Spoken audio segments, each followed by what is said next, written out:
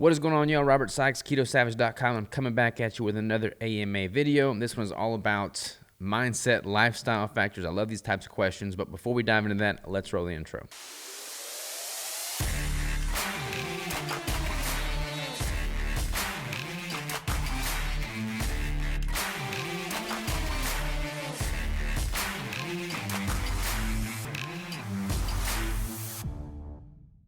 All right, so this question is brought to us from Jody, and she asks, on your last A.M.A. on the push, the hope was awesome.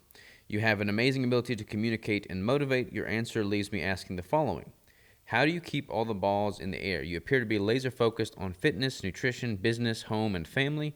What methods do you use to prioritize, schedule, and execute your goals?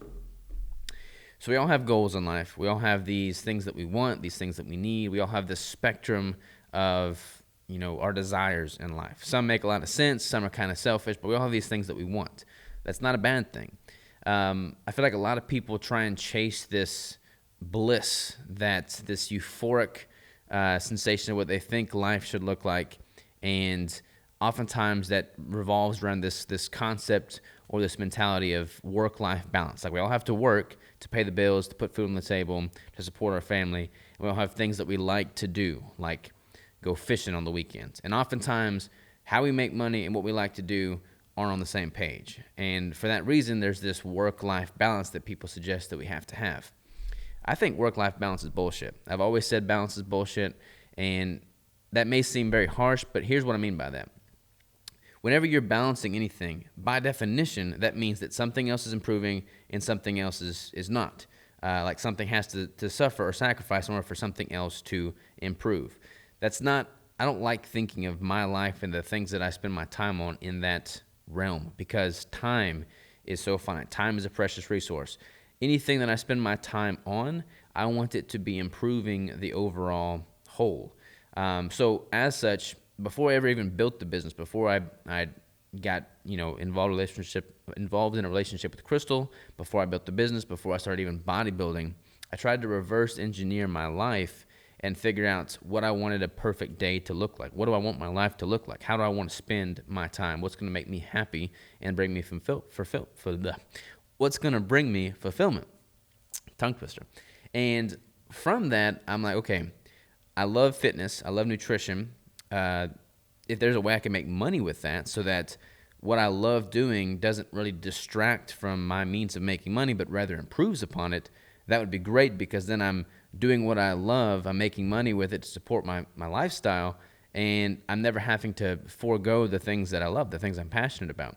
You see so many people that love working out and want to be healthy, but they have a super demanding desk job where they can't eat healthy, or they make excuses for not eating healthy. They don't really stay active like they should, and their health deteriorates.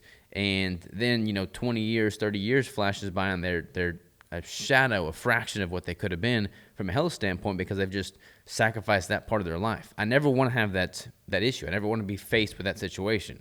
Like, I'm excited because the lifestyle that I've built for myself is going to be conducive to a life of health, so that when I'm 70 years old, I'm doing just fine and dandy, because I've never had to sacrifice that to begin with. So I always encourage people to try and make everything in their life symbiotic in nature, meaning everything works together. Everything benefits every moving piece. So when I'm, for instance, let me give you an example. I love hunting. I love fishing. I love the outdoors. For the longest time, that didn't really make sense to really do a whole bunch of that when, I tried to build the business. I tried to hustle and grow that, because if I was hunting, I'm not working on the brand. I'm not working on production. So the business was getting, kind of getting the back burner, and I couldn't really justify that. So for a while I had to give up those passions.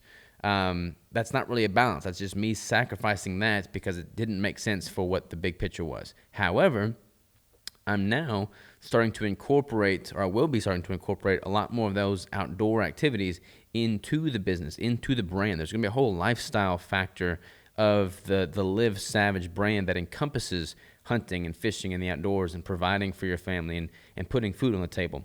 So those things that I love doing will become a part of the business, a part of the brand. That way everything grows together and I don't have to sacrifice anything. There's going to be times in your life where you do have to sacrifice. I've sacrificed sleep on countless occasions.